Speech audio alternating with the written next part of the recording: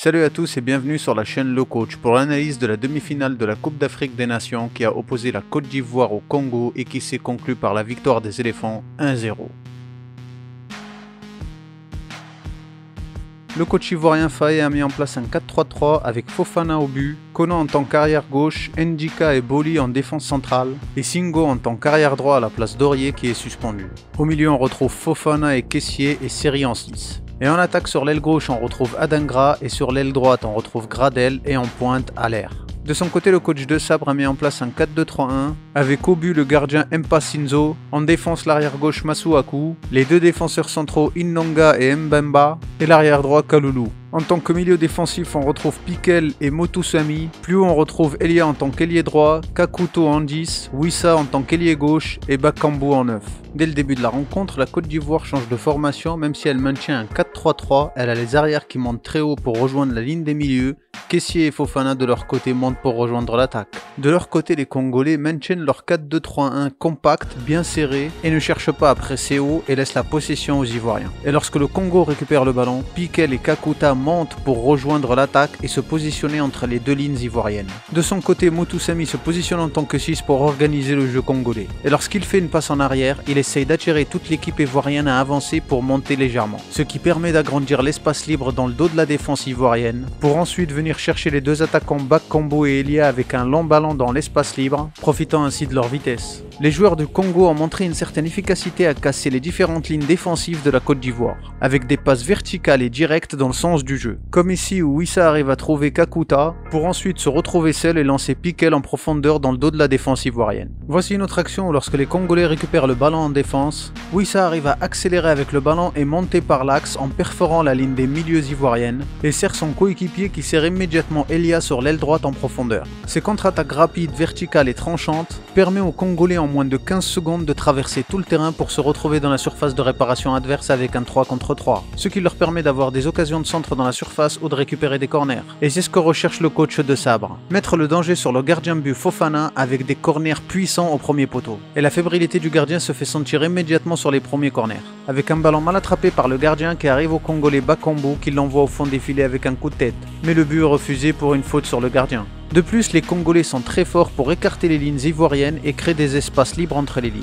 Comme sur cette action où Motusami combine avec les deux défenseurs centraux, ce qui attire la ligne des milieux ivoiriennes pour presser la défense congolaise. De son côté, Kakuta vient se positionner au milieu de terrain dans l'espace libre entre les lignes et il est facilement trouvé par le défenseur central congolais, avec une passe directe et verticale. Pour créer un espace libre aussi important au milieu des deux lignes, c'est un travail d'équipe collective bien rodé, car la défense congolaise avec Motusami en 6 attire la première ligne ivoirienne pour venir les presser. Et de leur côté, les attaquants Wissa, Bakambu et Elia montent très haut pour faire reculer la ligne défensive ivoirienne, ce qui crée un espace libre important au milieu et permet aux Congolais de mettre la pression sur la défense ivoirienne. Voici une autre action où les Ivoiriens cette fois-ci vont venir presser à deux avec Kessié et laissent la ligne des milieux en arrière pour éviter de se retrouver encore une fois exposés. Et lorsque les deux défenseurs centraux congolais essayent de combiner, alors Gradel quitte son poste et fonce pour aller presser le défenseur congolais. Mais Mbemba, sans contrôle, arrive à contrer le pressing de Gradel et sert Kaloulou dans son dos, ce qui permet encore une fois aux Congolais de prendre le dessus sur la première ligne défensive des Ivoiriens et de lancer leur attaque en profondeur. Encore une fois, on recommence avec Motusami en possession du ballon qui combine en arrière avec les deux défenseurs centraux congolais. De son côté, le joueur clé Kakuta se positionne entre les deux lignes ivoiriennes et encore une fois avec une passe verticale et directe, le défenseur arrive à trouver Kakuta facilement. Les milieux ivoiriens sont à la rue et la défense est exposée.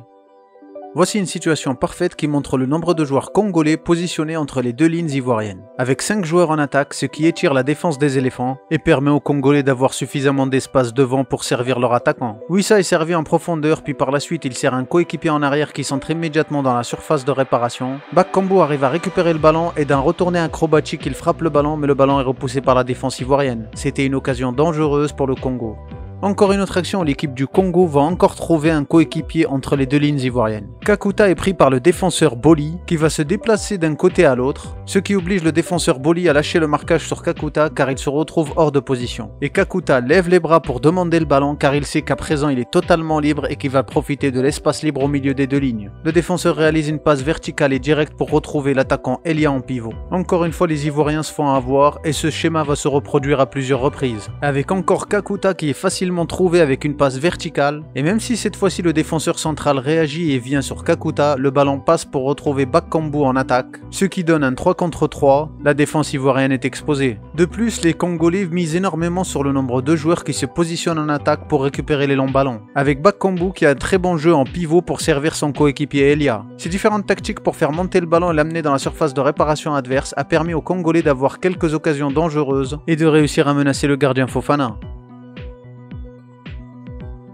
De leur côté, la Côte d'Ivoire, lorsqu'ils sont en possession du ballon, face au bloc compact congolais qui ne presse pas, les éléphants décident alors de miser sur un jeu long dans le dos de la défense congolaise, mais que sur les ailes, lançant ainsi les ailiers Gradel et Adengra en profondeur, ou de chercher l'attaquant Haller en pivot dans l'axe. Un autre point clé du jeu de Faé, c'est de miser sur la montée de l'arrière droit Singo pour jouer sur les centres. Et c'est ce que demande ici le coach Faé, d'amener et de développer le jeu sur l'aile droite sur le côté de Singo. De son côté, le coach de Sabre demande aussi à Wissa de prendre Singo au marquage, ce qui montre toute l'intensité de la bataille tactique entre les deux coachs. Le défenseur Boli arrive à se faufiler entre les milieux adverses, ce qui permet de servir Singo sur l'aile droite totalement seul pour centrer dans la surface de réparation congolaise. Et c'est ce que l'on verra à plusieurs reprises au cours du match. Bakambu est entre les deux défenseurs centraux ivoiriens, ce qui fait qu'il est en retard et permet à Boli d'avancer avec le ballon jusqu'au milieu de terrain. De servir Gradel qui est venu se positionner entre les deux lignes congolaises, ce qui fait que l'arrière gauche Masuaku sort sur Gradel, mais celui-ci sert immédiatement en une touche de balle Singo, qui accélère et qui centre du pied droit au second poteau dans la surface de réparation congolaise, et qui donne cette énorme occasion de but pour Adengra. Petit à petit, la Côte d'Ivoire prend le contrôle de la partie, et grâce aux différentes montées des arrières comme ici Conan, le défenseur Kaloulou qui est censé être au marquage d'Adengra se retrouve piégé entre deux joueurs, Conan et Adengra. Kessié accélère pour attirer Motusami et le faire dézoner, ce qui crée un espace libre important au milieu, ce qui permet à Ndika de trouver Adengra totalement libre dans l'axe, car le défenseur Kaloulou ne peut pas sortir sur Adengra pour pas laisser d'espace libre dans son 2 pour Conan. Et même si le milieu défensif Motusami revient sur Adengra, les Ivoiriens remettent le ballon derrière pour passer sur l'autre côté, et cette fois-ci c'est l'autre défenseur Masuaku qui se retrouve entre l'attaquant Haller et Gradel. Les Ivoiriens multiplient les actions sur l'aile avec les arrières qui montent comme ici Conan et Adengra qui vient demander le ballon dans l'axe, et d'une magère il sert Haller en pivot. La défense congolaise est exposée, et même si Haller ne sert pas Adengra en profondeur, il change de côté pour Gradel et immédiatement l'arrière droit Singo monte pour centrer dans la surface. Le coach ivoirien Faé mise énormément sur ses arrières Singo et Conan pour mettre la pression sur les défenseurs congolais, profitant ainsi du mauvais repli défensif des ailiers congolais Wissa et Elia. Et ça marche, les occasions très dangereuses de la Côte d'Ivoire se multiplient, comme ici avec un centre de Singo pour la tête d'Haller qui n'est pas cadré, ou encore cette action de combinaison sur l'aile droite entre Singo, Gradel et Kessié qui se retrouvent dans l'espace libre et qui frappe, mais sa frappe est repoussée par le poteau. En seconde période, les Congolais reprennent leur même tactique de jeu, avec des longs ballons pour trouver l'attaquant Bakambu en pivot, qui en une touche de balle arrive à servir l'attaquant Elia dans le dos de la défense ivoirienne. Et même si le ballon est dégagé par la défense ivoirienne, le ballon est très vite récupéré par les Congolais à l'image de Bongonda, qui accélère et qui se faufile au milieu de la défense ivoirienne, et qui arrive face au gardien Fofana et qui frappe, mais sa frappe n'est pas cadrée. C'était une énorme occasion pour les Congolais. Pour ne pas se retrouver piégé à nouveau comme en première période et se retrouver avec des lignes écartées, le coach ivoirien Faé a demandé à ses attaquants à la mi-temps de laisser le pressing de Motusami à Seri. Et cela permet aux Ivoiriens de récupérer le ballon facilement et de permettre un 3 contre 3. Encore une autre action où le milieu central Seri est dans les starting blocks attendant une passe vers Motusami pour foncer sur lui. Ce qui empêche le défenseur congolais à faire la passe à Motusami et il se retrouve bloqué sous le pressing de Kessié et il perd le ballon. Cette restructuration des Ivoiriens au niveau du pressing leur permet de se créer plusieurs occasions de tir. Et c'est avec ces différentes tactiques que vient l'unique but du match, avec Singo qui combine avec Gradel sur l'aile droite. Gradel arrive à prendre le dessus sur son opposant direct et centre dans la surface de réparation pour Haller au second poteau qui reprend le ballon d'une reprise de volée et l'envoie au fond des filets. 1-0 pour la Côte d'Ivoire.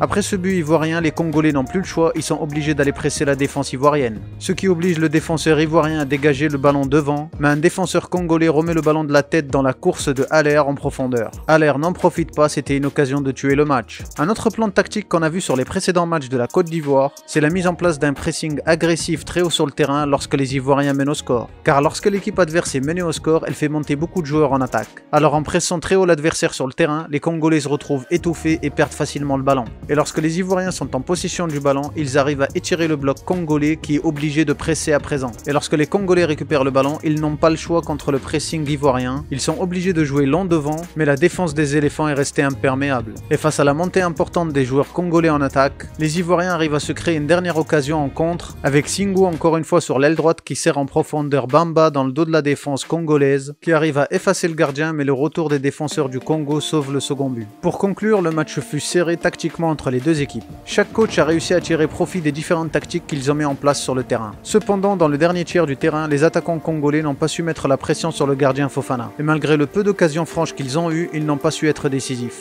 De leur côté, les Ivoiriens ont su faire le dos rond lorsque c'était difficile pour eux. Et pour ensuite reprendre le contrôle du jeu pour mettre la pression sur la défense congolaise. Et avec les différentes tactiques et remaniements du coach ivoirien, les éléphants ont su trouver la faille grâce aux différentes combinaisons sur les ailes, combinées à l'excellente qualité des centres des joueurs ivoiriens. Bravo au Congo pour leur très beau parcours, et félicitations aux Ivoiriens pour leur qualification en finale de la Coupe d'Afrique des Nations.